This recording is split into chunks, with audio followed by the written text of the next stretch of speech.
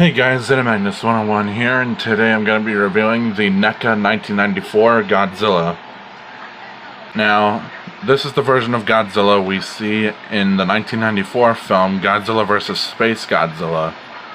Whereas in, obviously, Space Godzilla comes down to Earth, kidnaps Godzilla's kid, and Godzilla has to stop him.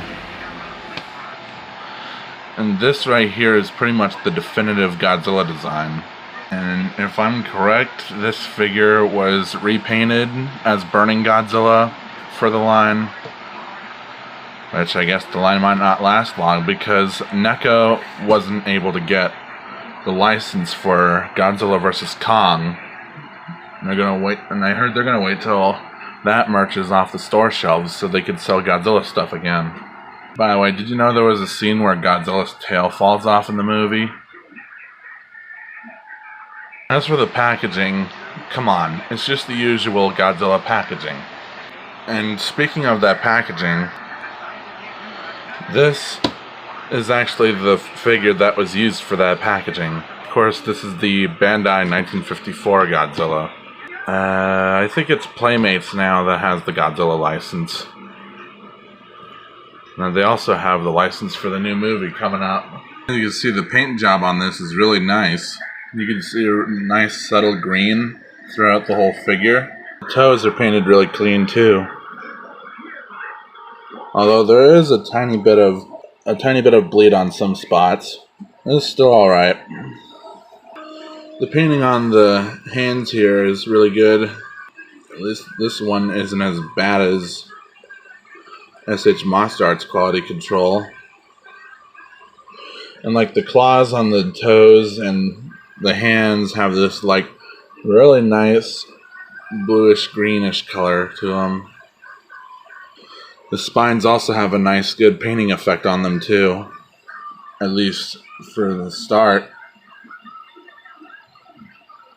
because the spines look good there, but then it's like it eventually gets to the point where at least these smaller spines aren't painted.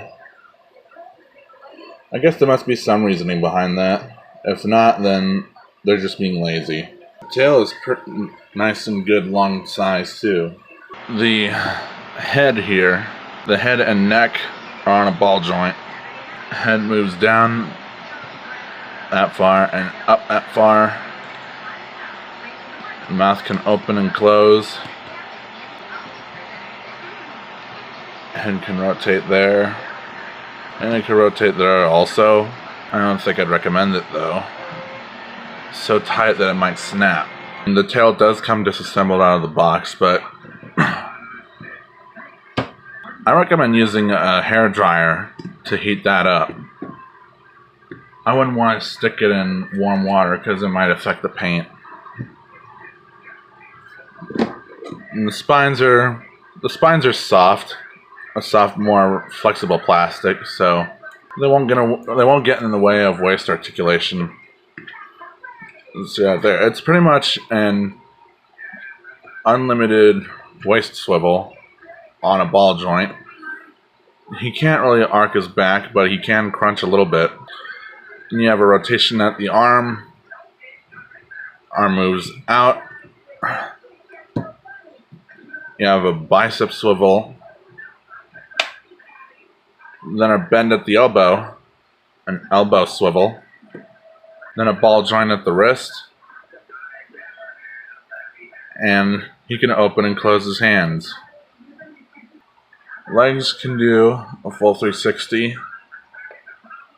When you do pose the legs though, you gotta be mindful of this gap. It's really ugly looking. It does seem like you can spread the legs like so. Like that. Then you have a knee swivel, a bend at the knee. His legs are chunky. You have a ball joint at the foot. Rotate a full 360. You could technically call this some up and down motion. And now for the tail. There's three segments right here of a ball joint, ball joint, ball joint, and then leads to this bendy wire at the tail.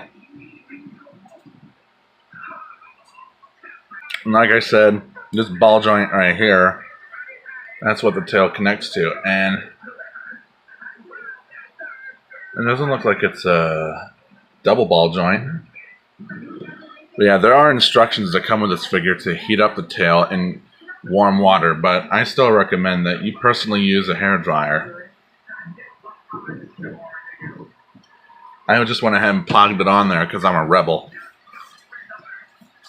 That was cringe, I know, and I'm sorry, but hey, I had a nightmare earlier. Let me just have a good day. Other than that, you can get some really nice poses out of this. Now on to some size comparisons. As I showed earlier, here is the Bandai 1954 vinyl Godzilla figure. My Kirby plush Gundam Universe GU01 RX-78-2 Gundam. Here's Ecliptor from Power Rangers in Space. 2003 Hulk. Dragon Ball Super Dragon Stars Perfect Cell. Vertigo from Primal Rage. And one of his worst enemies ever, Space Godzilla. This is the Bandai vinyl version.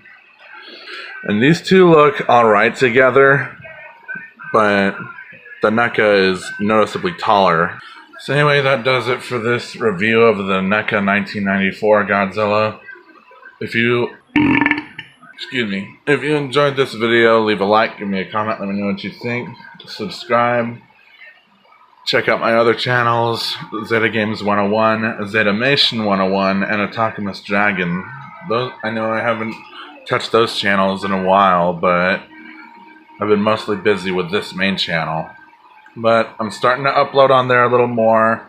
As you saw in my channel update video, I want to get a lot more of videos out there, like plush videos and more cooking videos, and at some point I want to finish that Transformers stop motion series. Anyway, this has been Zeta Magnus 101, and I hope you have a good rest of the day.